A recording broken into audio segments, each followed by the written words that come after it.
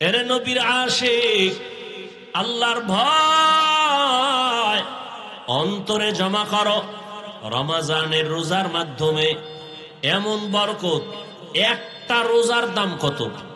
হাদিসে পাকে রহমতের নবী বলেন এক রোজার দাম কয়েকটা জন্মগত কাক।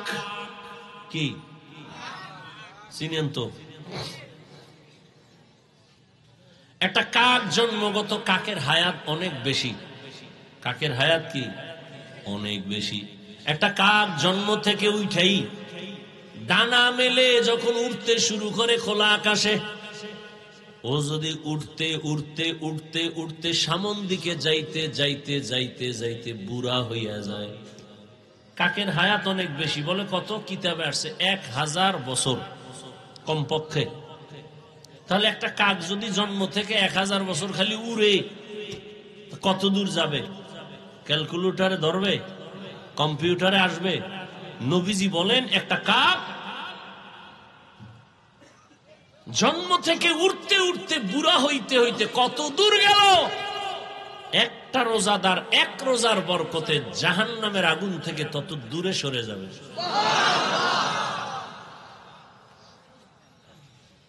এজন্যই তো রহমতের নবী সারা রমজান আমলের উপরে জীবন কাটাইলেন। এই শাবানে নবী রোজা রাখছেন।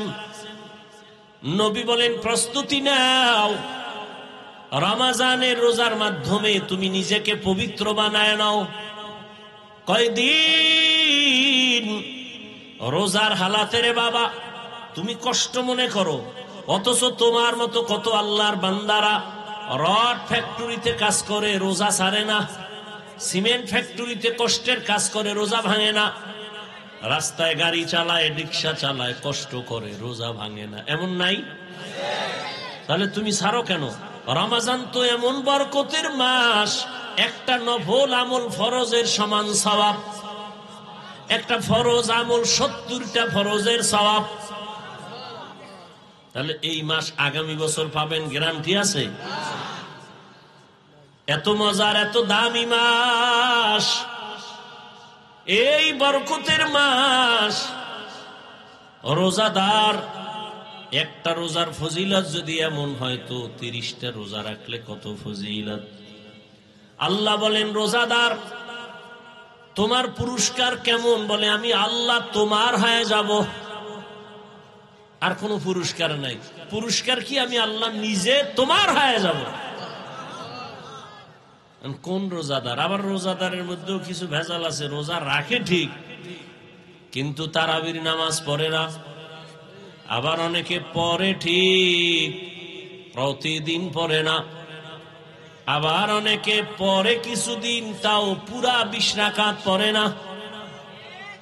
ও 8 রাকাত ওয়ালা বাবারা, যদি আপনি মনে করেন 8 রাকাতের উপরে তারাবি পড়বেন না, আগামী রমজান পাওয়ার গ্যারান্টি নাই। এখনই তো বলে ফেললাম একটা নফলের মূল্য ফরজের সমান। আপনি যদি মনে করেন 8 রাকাতের বেশি তারাবি পড়বেন না, তাহলে আপনি বাকি 12 রাকাতও পড়েন, অন্তত তারাবি না মনে করলেও নফল হিসাবে পড়ে নেন। নফল হিসাবে বাকি 12 রাকাত পড়েন।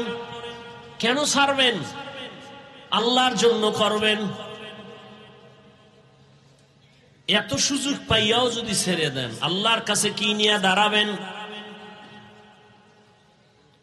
রমজান এমন বরকতের মাস, রহমতের নবী একদিনে 1 খতম, 3 দিনে 1 খতম কোরআন পড়েছেন।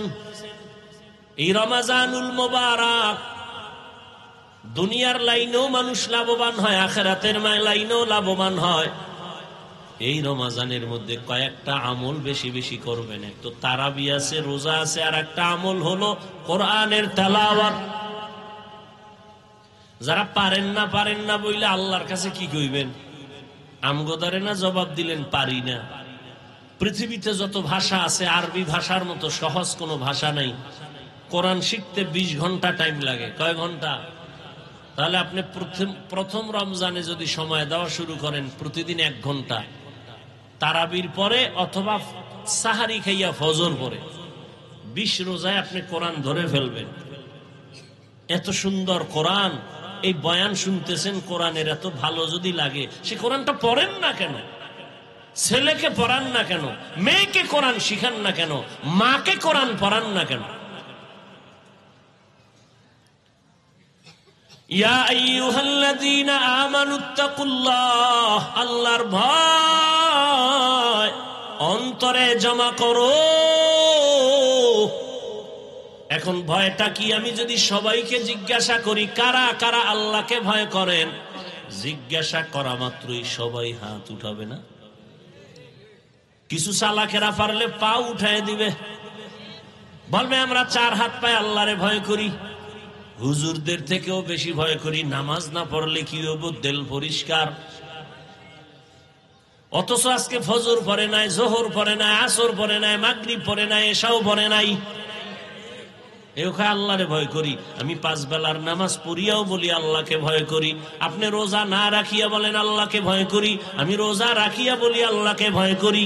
আল্লাহর ভয় আসলে আপনার অন্তরে আল্লাহর ভয় নাই। কারণ যে একজন সাপ ভয় পায়, সাপ, সে সাপ ধরবে? ওরে সাপ যেখানে থাকবে সেখানেও যাবে না। মাঝে মাঝে ঘুমের মধ্যে সাপ সাপ কয়ে চিল্লানি দেয়, ভয়। একটা সন্তান বাবাকে ভয় পায়, মাকে ভয় পায়, তার প্রমাণ মা বাবার সামনে অন্যায় করে না।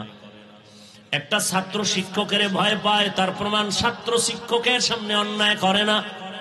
ঠিক এই জমিনে যেই মানুষ আমার আল্লাহকে ভয় করবেন, ওই বান্দা গলায় ছুরি লাগাবে, দাড়ির মধ্যে কখনো অস্ত্র লাগাবে না।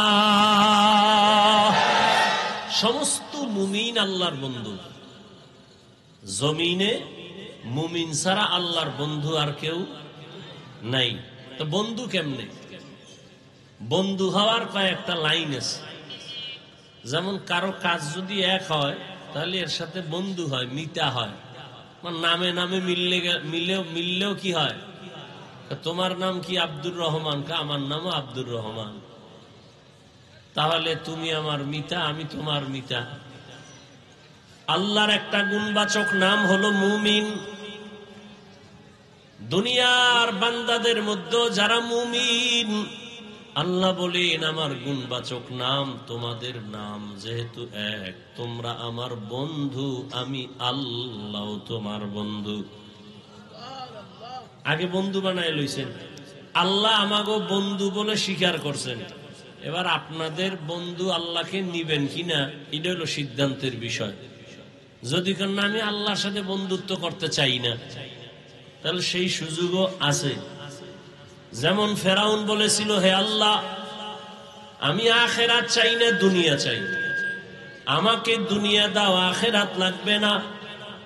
আল্লাহর ওয়াদা কোরআনে, মান কানা ইউরিদুল আজিলাতা আজ্জালনা লাহু ফিহা মা নাশাউ লিমান নুরিদ সুম্মা জাআলনা লাহু জাহান্নাম ইয়াসলাহা মাযমুমান মাদহুরা। আল্লাহ বলেন যারা দুনিয়া চায় আমি তাদেরকে দ্রুত দুনিয়া দিয়ে দেই, কিন্তু পরিণাম ফলে তার জন্য জাহান্নাম। কিন্তু যারা দুনিয়া চায় দেই, কিন্তু দুনিয়া তারা পায় না। সারা দুনিয়ায় খোঁজ নিয়ে দেখো, যারা দুনিয়া দুনিয়া দুনিয়া দুনিয়া করে, জিকির করে, নামাজেও দুনিয়া, ঘুমাইতে গেলেও দুনিয়া, মসজিদে ঢুকেও দুনিয়া, এই দুনিয়ার পেছনে যারা দৌড়ায় দুইটা জিনিস চায়, এক চায় সম্মান আর এক চায় শান্তি। এই দুই জিনিস চায় দুনিয়াওয়ালারা। টাকার পেছনে দৌড়ায়, এই দুই জিনিস চায়। ক্ষমতার পেছনে দৌড়ায়, এই দুই জিনিসের জন্য। সম্মান আর কি? কথা বলতে হবে, শান্তি। কিন্তু আল্লাহর জাতের কসম,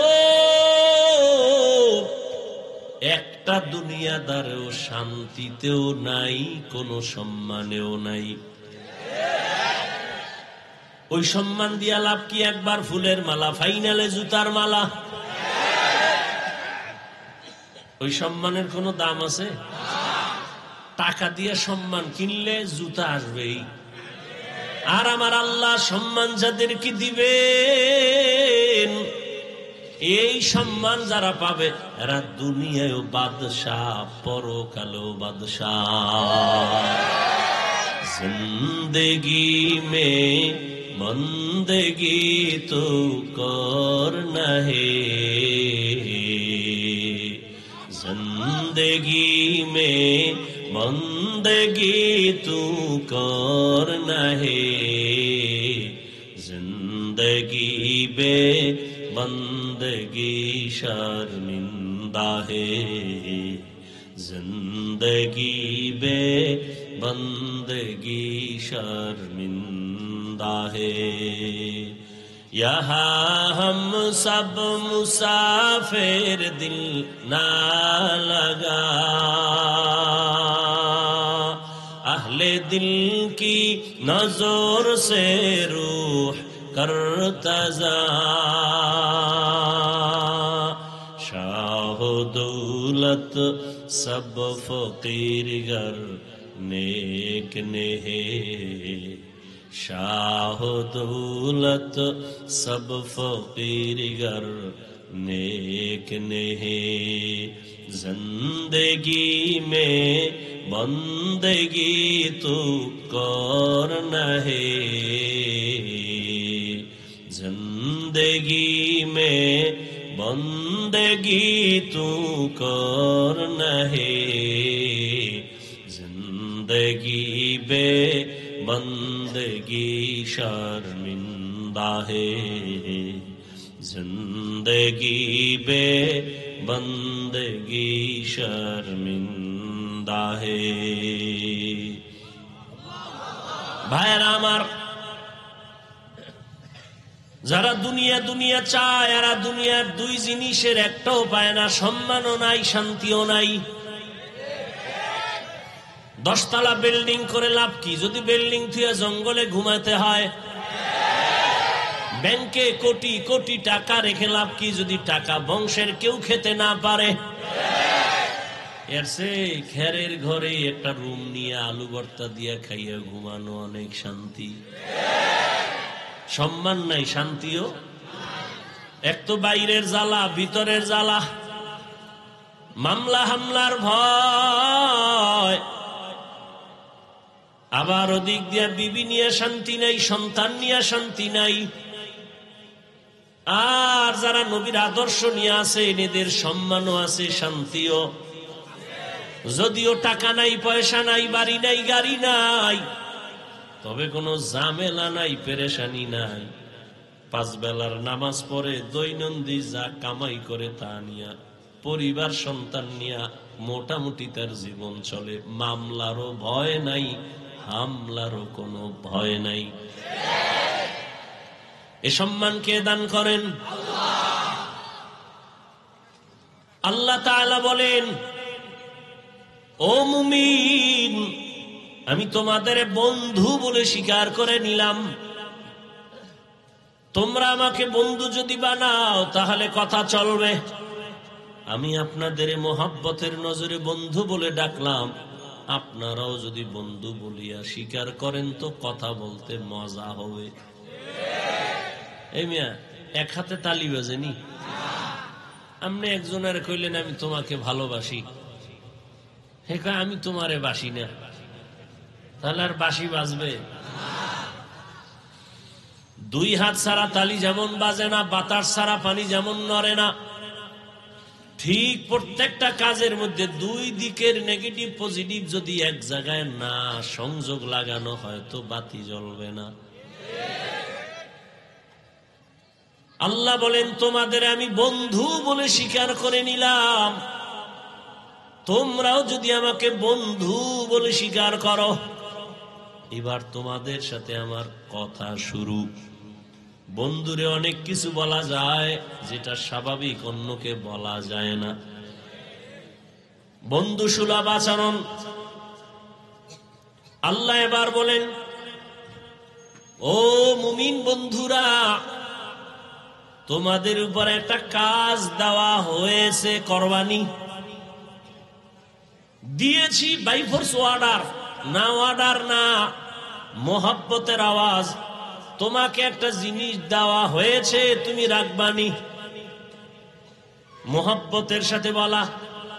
মুমিন কয় হ্যাঁ রাখবো, হ্যাঁ রাখবো। বলে কেমন কাজ? মারাত্মক কঠিন। কারে কেমন কঠিন? যেই কাজটা তোর বাপ দাদা 14 পুরুষ যারা তারাও করেছে।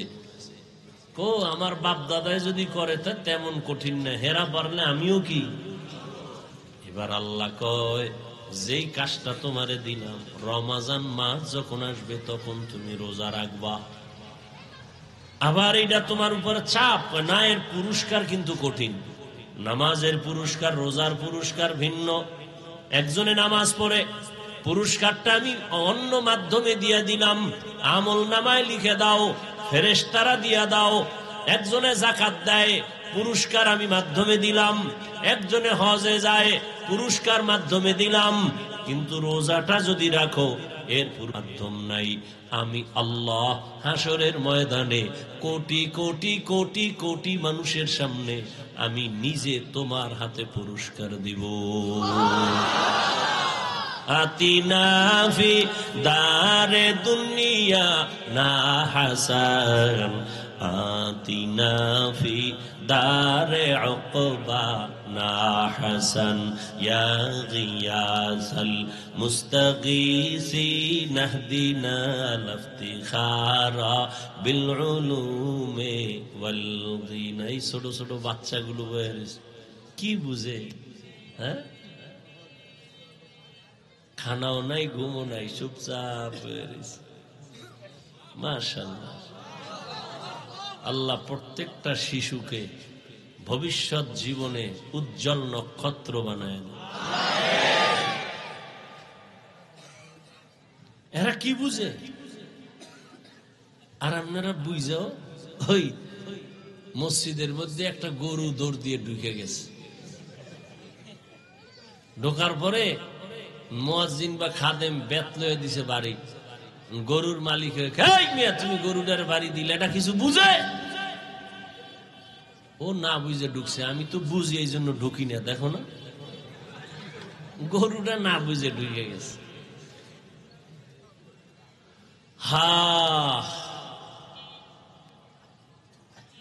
প্রত্যেকটা মা বাবা যদি সব সময়, প্রত্যেকটা মানুষ যদি রসুলকে ইস্তেহজারে নিয়ে আসে ভাবনার মধ্যে, যে শিশুর সাথে রসুলের আচরণ কেমন ছিল, কি ছিল, ওটা দরকার নেই, শুধু এতটুকু ভাববে কি ছিল। আস্তে করে বান্দা দুর্বল হয়ে যাবে, অন্তত শিশুর সাথে জুলুম হবে। প্রত্যেকটা বাবায় যদি ভাবে রহমতের নবী সন্তানের সাথে কেমন আচরণ করেছিলেন, কি আচরণ করছেন ওটা জানার দরকার নাই, খালি ভাবতে থাকবে কি আচরণ করেছিলেন, অন্তরে আসবে রহমতের নবী তো খারাপ আচরণ করেন নাই। তাহলে তার দ্বারা কিছু হোক না হোক কিন্তু জুলুম হবে না। একটা স্বামী যদি চিন্তা করে রহমতের নবী আমার তাদের স্ত্রীদের সাথে কেমন আচরণ করেছিলেন, এতটুকু যদি ভাবে, কোন স্বামী স্ত্রীর উপরে জুলুম করবে না। প্রত্যেকটা শিক্ষক, আমার রসুল শিক্ষক, আনা বুইস্তু মুআল্লিমা, রসুল শিক্ষক, আমার মায়ার নবী শিক্ষক। সাহাবাদের ছাত্র বানাইয়া রহমতের নবী কেমন আচরণ করেছেন, প্রত্যেকটা শিক্ষক যদি এই ভাবনাটা ভাবে, কখনো ছাত্রের সাথে কখনো জুলুম হবে না। প্রত্যেকটা কাজের মালিক যদি কর্মচারীর ব্যাপারে ভাবে, রহমতের নবী তার কর্মচারী, তার খাদেমদের সাথে কেমন আচরণ করেছেন।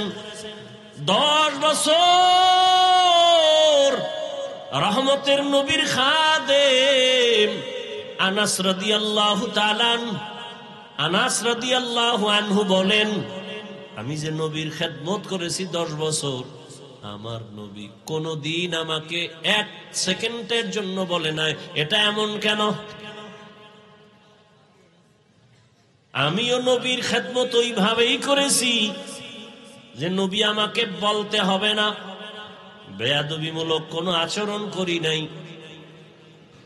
রহমতের নবী এমন এক আদর্শের নবী, 1500 বছর পরে নবীরে দেখি নাই, আবু বকর দেখি নাই, ওমর দেখি নাই, ওসমান দেখি নাই, আলী দেখি নাই।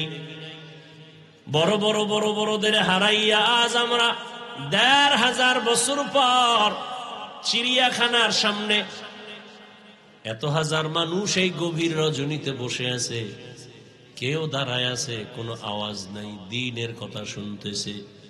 এতগুলো মানুষ দীর্ঘ টাইম বসাইয়া রাখা, এটা কোনো টাকা দ্বারা সম্ভব হবে না, কোনো টাকাওয়ালার দ্বারা সম্ভব হবে না। যদি কয় ৫,০০০ করে টাকা দিব, তাহলে কিছু মানুষ আসবে, তবে জান্নাতি মানুষ আসবে না। আশেপাশের কিছু গাঞ্জাখোরেরা আসবে, ৫,০০০ টাকা মানে ৫ দিনের গাঞ্জা খাওয়া যাবে। কিন্তু এই জান্নাতি মানুষ কেউ আসবে না। এই মানুষগুলোকে নিয়ন্ত্রণের জন্য কোনো পুলিশ নাই, কোনো প্রশাসনের কেউ নাই, বসার জন্য কোনো ভিআইপি ব্যবস্থা নাই, সব নরমাল বিছানায় মাটিতে বসা। এটা কেমনে সম্ভব? রহমতের নবীর আদর্শ মানার কারণেই সম্ভব। নবীজির আদর্শ কত সুন্দর। ঘরে ঢুকো, সালাম দাও, জোরে সালাম দাও, ডান পা দিয়া ঢুকো। নবীর আদর্শ, ঘরে ঢুকতে গিয়া তুমি জোরে একটা সালাম দাও, সালামের আওয়াজটা যেন পুরা বাড়িতে আওয়াজ হয়। যারা মানুষ তারাও জবাব দিবে, জিন থাকলে তারাও জবাব দিবে, ফেরেশতারা আছে জবাব দিবে, দূষিত কিছু থাকলে পালায়ে যাবে সালামের বরকতে। ঘরে ঢুকলে কি, আবার বাথরুমে ঢুকলেও রসুলের সুন্নত। এরপরে একবার আলহামদু সূরা, ৩ বার কুল হু আল্লাহ সূরা পড়বে। আল্লাহ রসুল বলেন পুরা বাড়ির মধ্যে রিজিকের বরকত নাজিল হতে থাকবে। তো রমজানের মাস বড় বরকতের মাস, এটা ৩ ভাগে ভাগ করা। রহমতের 10 দিন, মাগফিরাতের 10 দিন, নাজাতের 10 দিন। এই বরকতের মাস আল্লাহ কেন দিয়েছেন? তাকওয়া অর্জন করার জন্য। তাকওয়া মানে আল্লাহর ভয়। আল্লাহর ভয় মানে কি? বলে আল্লাহর ভয়টা যার অন্তরে থাকবে ওই বান্দার নাম হবে মুত্তাকি। মুত্তাকিনদের জন্য বিনা হিসাবে জান্নাত। আল্লাহর ভয় যার অন্তরে থাকবে ওই বান্দা গুনাহ কখনো করবে না। আল্লাহর ভয় এমন এক দামি সম্পদ, এই ভয়টা অন্তরে জমা করাটা রোজার দ্বারা যেমন সহজ, অন্য আমলের দ্বারা সহজ না। যেমন রোজাদারকে দেখবেন সারাটা দিন রোজা রাখে, ক্লান্ত, ইফতারির আর আধা ঘন্টা সময় বাকি, তখন এমন ক্ষুধা লাগে পেটের ভেতরে, সামনে পানি তাই পাইলেই মনে হয় এক টানে 3 লিটার থাকবে না। সামনে 10 জনের ইফতারি দেশে 10 প্লেটে, মনে মনে কে তো আমার একারই লাগবে, কি দিল। মনে মনে দোয়া ইনুস পরে 2-1 জন উঠতে যাইতো, তাহলে 2 প্লেট আমি ভাই। যদি বলা হয় এই রোজাদার, বুঝছি খুব ক্ষুধা, তুমি দরওয়াজা জানালা বন্ধ করে যাও, একটা রুমের মধ্যে ঢুকে তুমি পানি পান করো, একা একা, কেউ দেখবে না, কোন রোজাদার করবে নি। কেন? আল্লাহর ভয়। পানির মধ্যে ডুব দিয়ে গোসল করবে, কিন্তু এক ঢোক পানিও পান করবে না, এটাই আল্লাহর ভয়। সামনে খানাও রেডি, পেটেও ক্ষুধা, খায় না। খানাটা তো আর হারাম না, এই মুহূর্তে খায় না কেন? আল্লাহর ভয়। এই সাধনাটা বাকি 11 মাস রাখো। রোজার মাসে যেমন সাধনা করছো, ক্ষুধাও আছে, খানাও আছে, খাও না কেন? আল্লাহর আইনে জায়েজ নাই, ঠিক 11 মাস এই আইনটা জারি রাখো। ক্ষুধাও আছে, খানাও আছে, পাইলেই খাইও না, আগে হিসাব করো আল্লাহর আইনে খানাটা হালাল না হারাম। 11 মাস এই সবক যদি আদায় করে তাহলে কেউ হারাম খাইতে পারে না। আর হারাম খাইলে এর শাস্তি কিয়ামতে হবে না, হবে দুনিয়াতেই। কিডনির উপরে আঘাত, লিভার নষ্ট। আর এই হারাম খানাটা আবার অনেক বাবা অবুঝ শিশু সন্তানেরও খাওয়ায়, হারাম টাকা কামাই করে। সন্তানের রক্ত পিওর, স্ত্রীর রক্ত পিওর, কোনো ভেজাল নাই। ও স্বামী নামের কুলাঙ্গার, তুমি হারাম টাকা কামাই করে ঘরের স্ত্রীর রক্ত কেন নাপাক করো বলো? ও বাপ নামের কলঙ্ক, তুমি হারাম টাকা কামাই করে তোমার অবুঝ সন্তানের রক্ত পবিত্র কেন নাপাক করো হারাম খাওয়াইয়া? আল্লাহর কাছে নিজের জবাবই দিতে পারবা না, আবার সন্তানটির জবাবও মাথায় নিলা। এমন বাপ হইছো কেন? বউ যদি চালাইতে না পারো বিয়া করছো কেন? রোজা রাখ 12 মাস। সন্তানের হক আদায় করতে না পারলে সন্তান নিছো কেন? এরে নবীর আশিক, আল্লাহর ভয় অন্তরে জমা করো। রমজানের রোজার মাধ্যমে এমন বরকত, একটা রোজার দাম কত? হাদিসে পাকে রহমতের নবী বলেন এক রোজার দাম কয়েকটা জন্মগত কাক। কি চিনেন তো? একটা কাক, জন্মগত কাকের হায়াত অনেক বেশি। কাকের হায়াত কি অনেক বেশি। একটা কাক জন্ম থেকে উঠেই ডানা মেলে যখন উঠতে শুরু করে খোলা আকাশে, ও যদি উঠতে উঠতে উঠতে উঠতে সামন দিকে যাইতে যাইতে যাইতে যাইতে বুড়া হইয়া যায়। কাকের হায়াত অনেক বেশি। বলে কত? কিতাবে আসছে 1000 বছর কমপক্ষে। তাহলে একটা কাক যদি জন্ম থেকে 1000 বছর খালি উড়ে, কত দূর যাবে? ক্যালকুলেটরে ধরবে? কম্পিউটারে আসবে? নবীজি বলেন একটা কাক জন্ম থেকে উঠতে উঠতে বুড়া হইতে হইতে কত দূর গেল? একটা রোজাদার এক রোজার বরকতে জাহান্নামের আগুন থেকে তত দূরে সরে যাবে।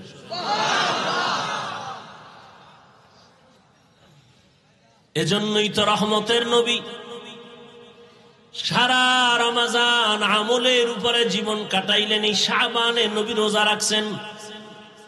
নবী বলেন প্রস্তুতি নাও, রমজানের রোজার মাধ্যমে তুমি নিজেকে পবিত্র বানায় নাও।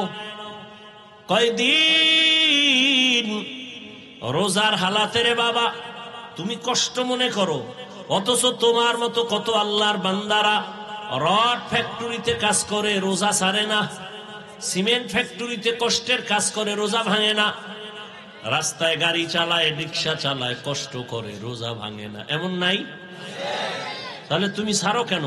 রমজান তো এমন বরকতের মাস, একটা নফল আমল ফরজের সমান সওয়াব। একটা ফরজ আমল 70টা ফরজের সওয়াব।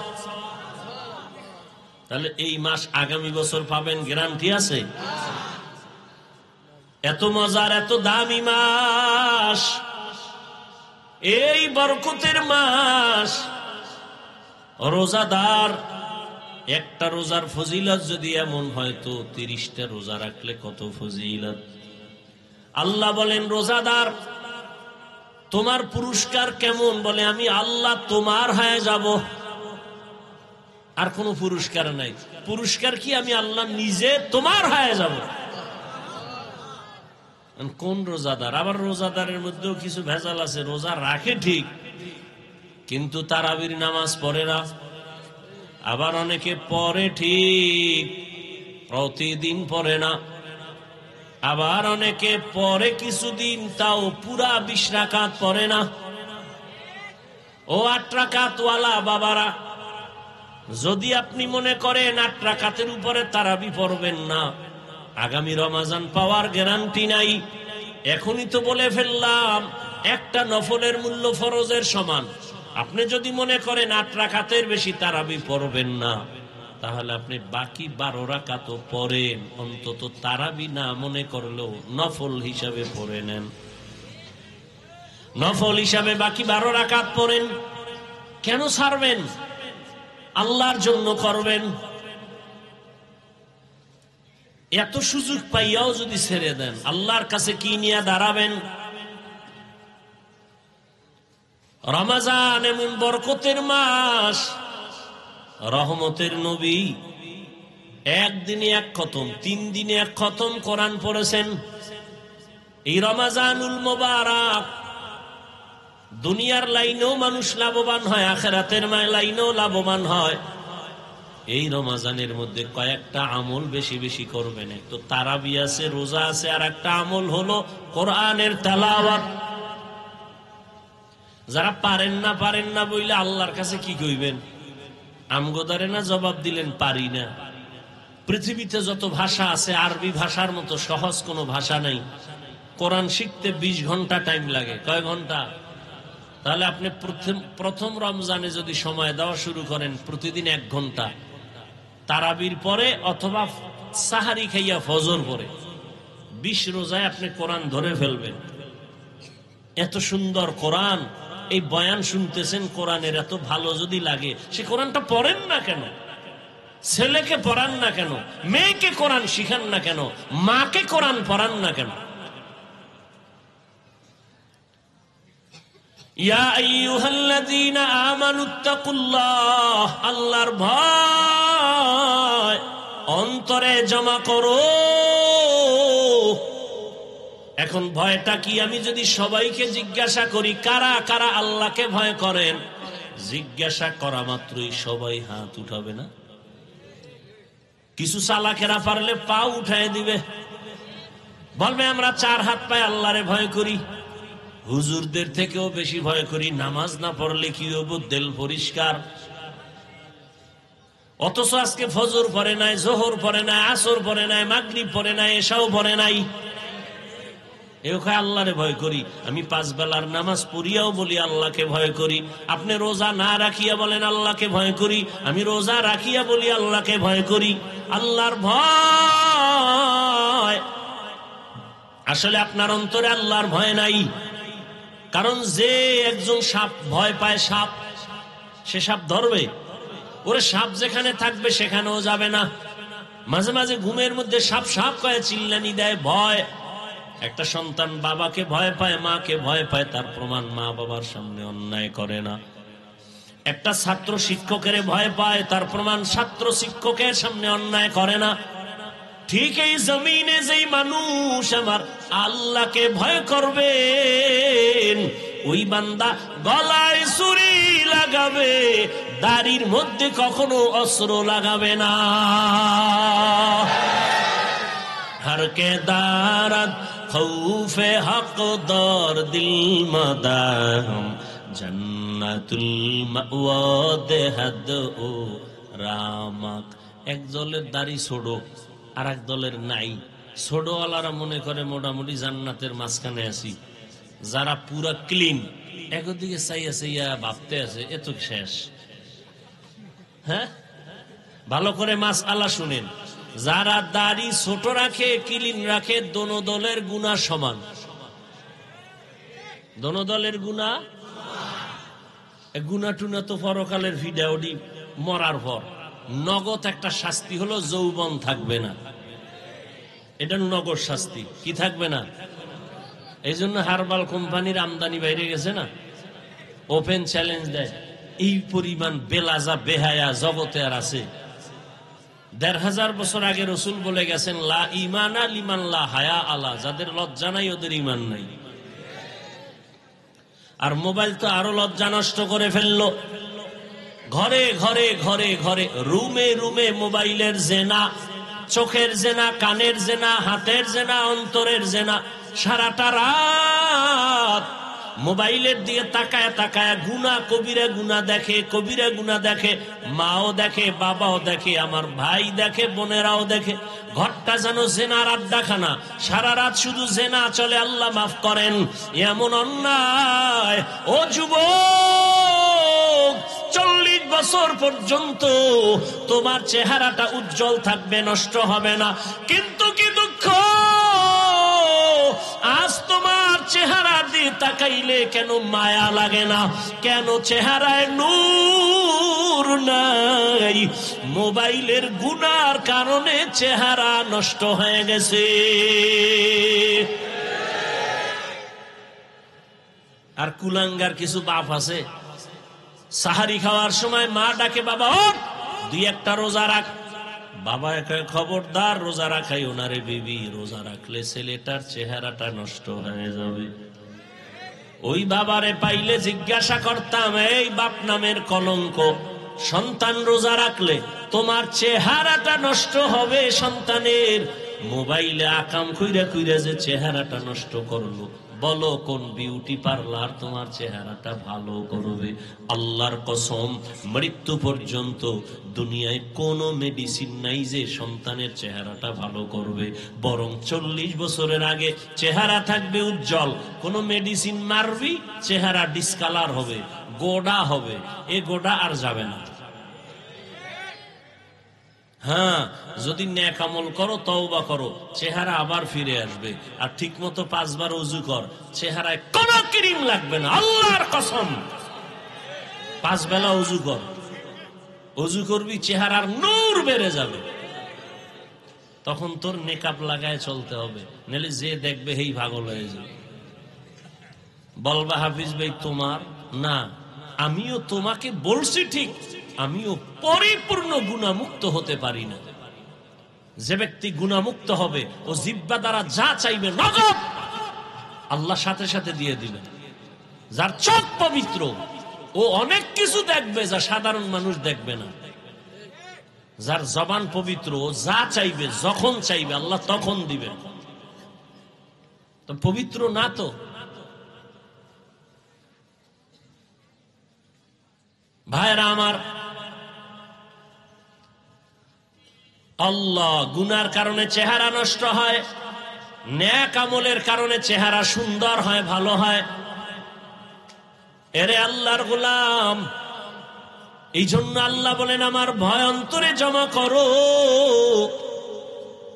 আল্লাহর ভয় যদি থাকে, ওই বান্দা মরিয়াও গেলে গুনার কাছেও যাবে না। এরে আল্লাহর বান্দা, ও আমার যুবক, আমি তোমাকে এতক্ষণ বয়ান যা করতেছি একবারও কিন্তু বলি নাই তুমি আমার মতো টুপি লাগাও।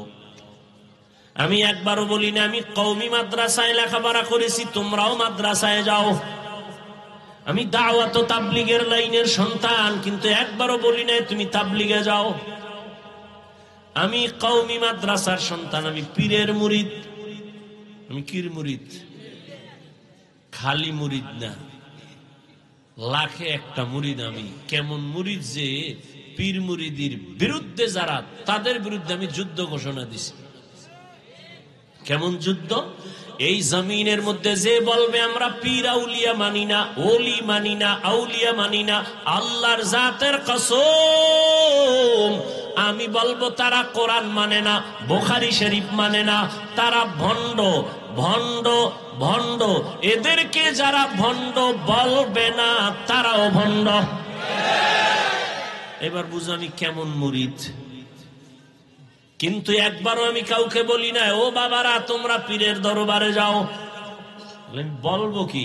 আমি বলবো ও যুবক, তুমি স্কুলে পড়ো ধন্যবাদ, তুমি চাকরি করো ধন্যবাদ, তুমি কলেজে পড়ো ধন্যবাদ, তুমি ব্যবসা করো ধন্যবাদ, আমি তোমার জন্য দোয়া করে গেলাম বাবা। তোমার মাদ্রাসায় যাওয়ার কোনো প্রয়োজন নাই। ও বাবা তুমি যেই লাইনে আছো থাকো, তবে আমি দোয়া করি তুমি একজন ব্যবসায়ী হও, চাকরিজীবী হও, ডাক্তার হও, ইঞ্জিনিয়ার হও, তুমি একজন প্রফেসর হও, তবে একটা দাবি ছোট, বেয়াদব জীবনে হইও না রে বাবা। বলবা হাফিজ ভাই বেয়াদব হব না, তার ব্যাখ্যা কি? 3 জায়গায় বেয়াদবি করবা না তো মরার আগে জীবনটা নষ্ট হয়ে যাবে। 1, মা বাবার সাথে বেয়াদবি করবা না। 2, শিক্ষকের সাথে বেয়াদবি করবা না। 3, ওলামায়ে কেরাম মুরব্বীদের সাথে বেয়াদবি করবা না। মা বাবার সাথে যদি খারাপ আচরণ করো, বরদোয়া করা লাগবে না।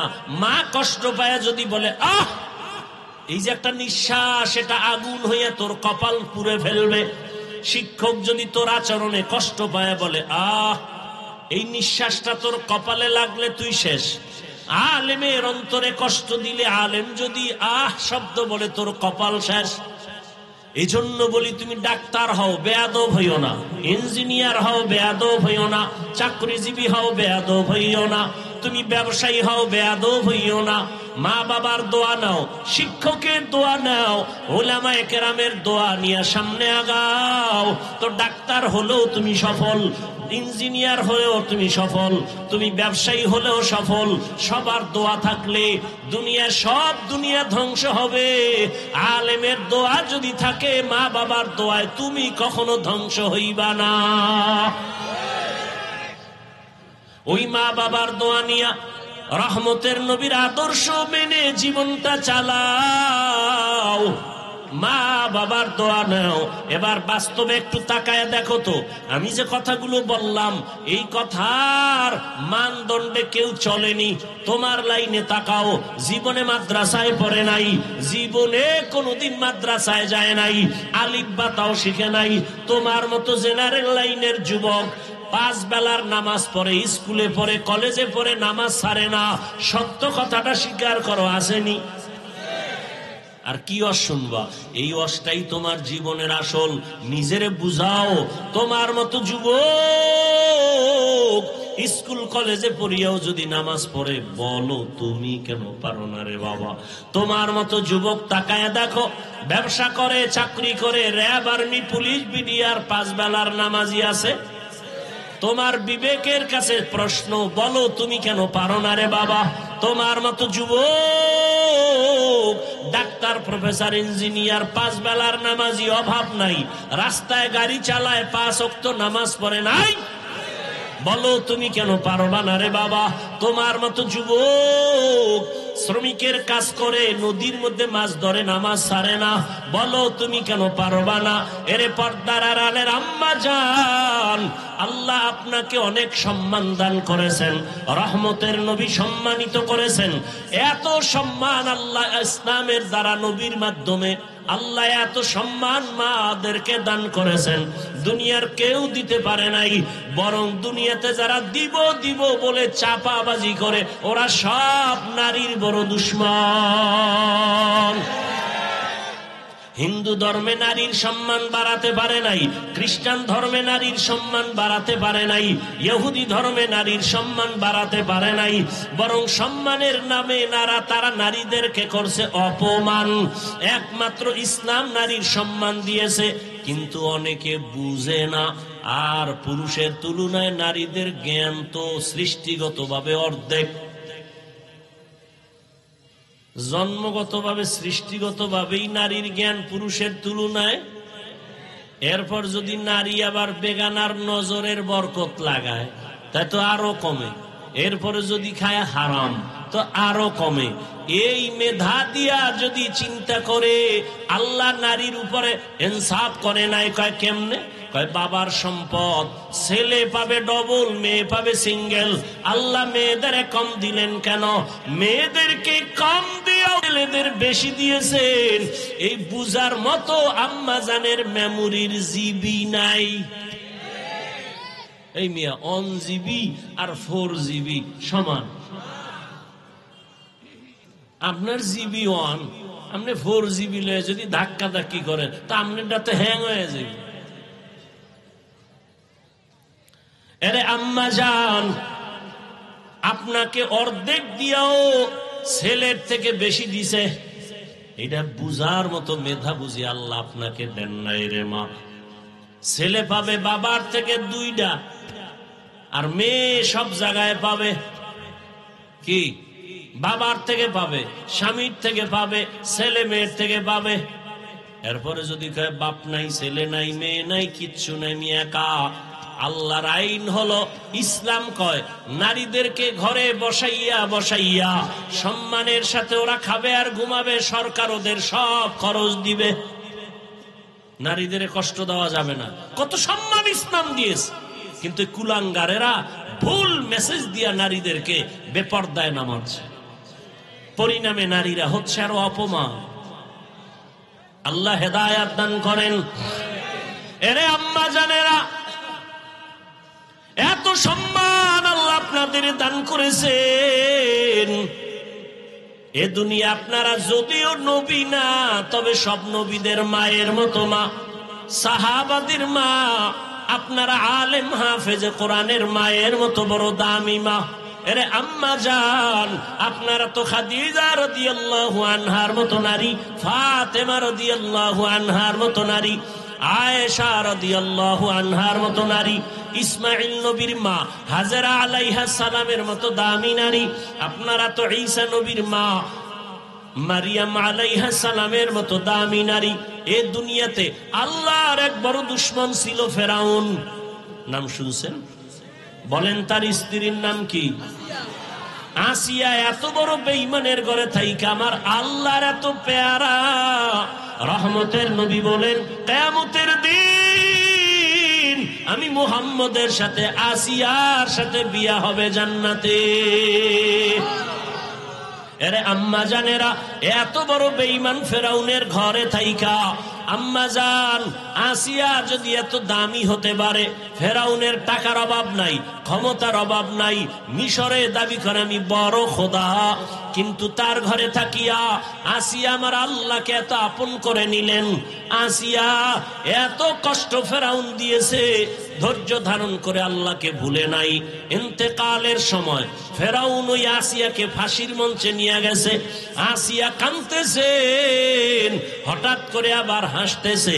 ফেরাউন কয়, কান্না বন্ধ করে হাসো কেন রে আসিয়া? কয়, রে এ ফেরাউন, আমি তাকাইয়ে দেখি আল্লাহ পাক লক্ষ লক্ষ ফেরেশতা পাঠাইছে আমাকে স্বাগতম দিয়া জান্নাতে নেওয়ার জন্য। এবং আল্লাহ যেই জান্নাত আমি আসিয়াকে দিবেন, ওই জান্নাতের ছবি আমি এখন দেখতেছি তাকাইয়া। এত বড় বেঈমানের ঘরে থাকিয়া এই আসিয়া যদি আল্লাহর পেয়ারা হয়ে যেতে পারেন, এরে পর্দার আড়ালের আম্মা জান, এই দুনিয়াতে যত ভালো ভালো সন্তান আসছে আম্মা জান আপনাদের আদর্শের কারণে, দুনিয়ায় সব ভালো সন্তান মায়েদের অবদানের কারণে। ছোট একটা ঘটনা বলবো।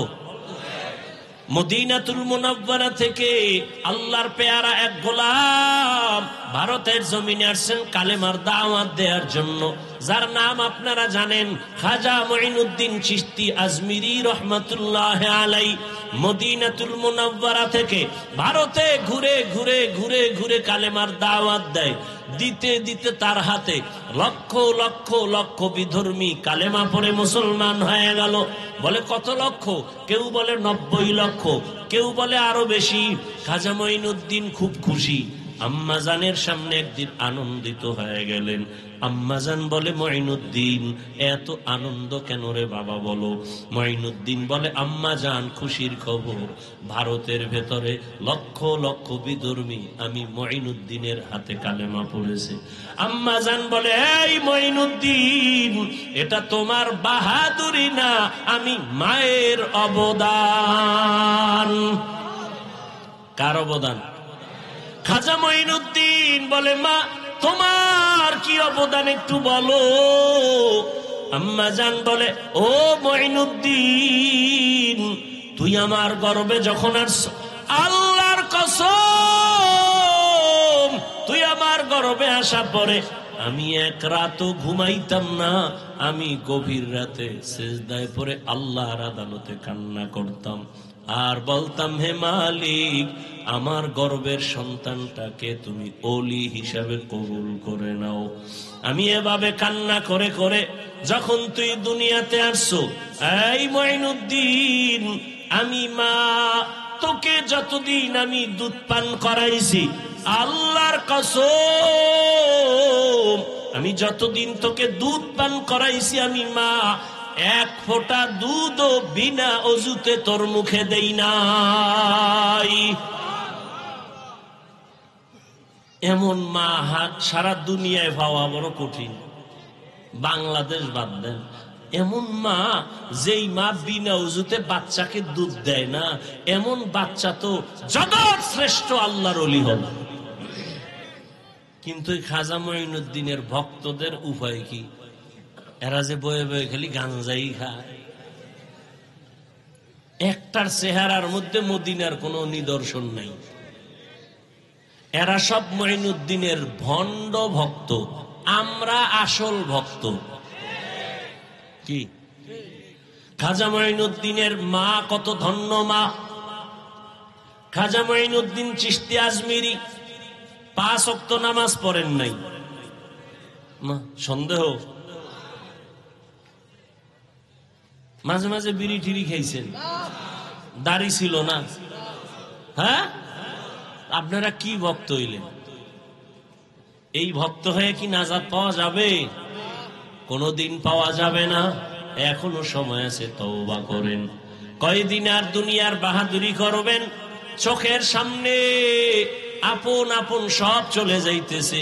বিশেষ করে আমার যুবক, ইদানিং কালে যুবকের মরণের লাশ আর লাশ। করোনায় যুবকের লাশ, ছাত্র জনতার আন্দোলনে যুবকের লাশ, ডেঙ্গুর মহামারীতে যুবকের লাশ, ঘুমের বিছানায় যুবকের লাশ, গাড়ির নিচে পানির মধ্যে যুবকের লাশ। ও আল্লাহর বান্দারা, এখনো সময় আছে, তওবা করে নাও।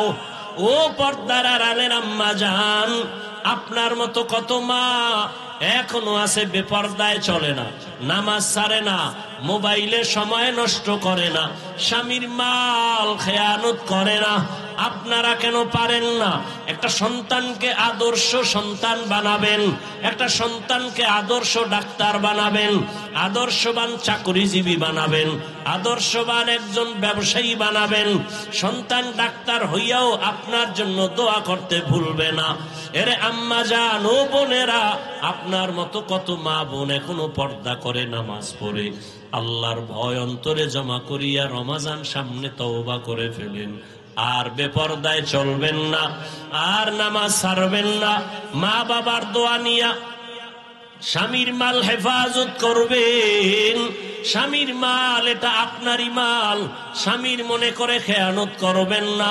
মোবাইলে সময় নষ্ট করবেন না। ও বৃদ্ধ বাবাজিরা, আপনার মতো কত বুড়ারা মসজিদে গিয়া নামাজ আদায় করে, বলেন আপনি কেন পারেন না? ও আমার কলিজার যুবক, এখনো সময় আছে, তওবা করো, অন্তরকে বুঝাও। মনে জীবনে কত মন গড়া ভাবে চলছো, মনের চাহিদা মিটাইয়া গুনাহ করেছো। মনে চাইছে নামাজ পড়বা না, পড়ো নাই। মনে চেয়েছে পার্কে যাবা, দৌড়ায় গেছো। মনে চাইছে দাড়ি কাটবা, কেটে ফেলেছো। এখন আল্লাহর ভয় নিয়ে তওবা করো। মনে মনে আল্লাহকে বলো, হে আল্লাহ, জীবনে তো গুনাহ কম করি নাই, আজকে থেকে তওবা করে নিলাম, আর নামাজ ছাড়বো না, বেপরদায় চলবো না, মা বাবার সাথে বেয়াদবি করবো না। শিক্ষকের দোয়া নিয়া, উলামায়ে কেরামের পরামর্শ নিয়া, নবীজির আদর্শ মেনে চলবো। আল্লাহর কাছে যদি খাঁটি মনে তওবা করতে পারো, আল্লাহ তোমার জীবনের গুনাহ মুহূর্তে মাফ করে দিবে। মনের শুধু বুঝাইও রে মন, তোমার মতো যুবক যদি জেনারেল লাইনে থাকিয়া চাকরি করে, ব্যবসা করে, লেখাপড়া করে, নামাজ পড়ে, তুমি কেন পারবা না? আল্লাহর কাছে তওবা করে নেও। ও বাবা, তোমরা কি মনে মনে ভাবছো আমরা সব পাগল হয়ে গেছি? না না, এরে দুনিয়ায় সবাই পাগল হইয়া সব দুনিয়াতে মরার আগেই ধ্বংস হয়ে যায়।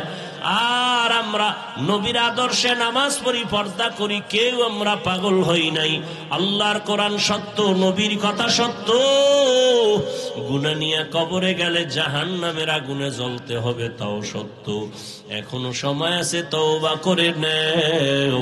অন্তর যদি তৈরি হয়ে থাকে, মার গুনাহ করবা না, নামাজ ছাড়বা না, বেপরদায় চলবা না, দাড়ি কাটবা না। মা বাবার দোয়া নিয়া, শিক্ষকের দোয়া নিয়া, উলামায়ে কেরামের পরামর্শ নিয়া, নবীর আদর্শ নিয়া চলবা। তওবা করার মতো যদি কারো অন্তর তৈরি হয়, মুনাফিকি যদি না থাকে, খাঁটি তওবার নিয়ত যাদের আছে, দুটো হাত আমার আল্লাহকে দেখাইয়া দাও। আয় আল্লাহ, হাতগুলো কবুল করে নেন, তওবা কবুল করে নেন। তওবার উপরে মজবুত হইয়া আমাদের সবাইকে গুনাহ মুক্ত হয়ে চলার তৌফিক দান করেন, আমিন। আলহামদুলিল্লাহি রাব্বিল আলামিন ওয়াসসালাতু ওয়াসসালামু আলা সাইয়্যিদিল আমবিয়াই ওয়াল মুরসালিন ওয়া আলা আলিহি ওয়া আসহাবিহি আজমাইন ইয়া আরহামার রাহিমিন ইয়া আরহামার রাহিমিন ইয়া আরহামার রাহিমিন রব্বিরহামহুমা কামা রব্বায়ানি সগীরা আল্লাহুম্মা ইন্নাকা আফুউন কারীম তুহিব্বুল আফওয়া ফা'ফু আন্না আল্লাহুম্মা ইন্না নাসআলুকা রিযাকা ওয়াল জান্নাহ ওয়া নাউযু বিকা মিন সাখাতিকা ওয়ান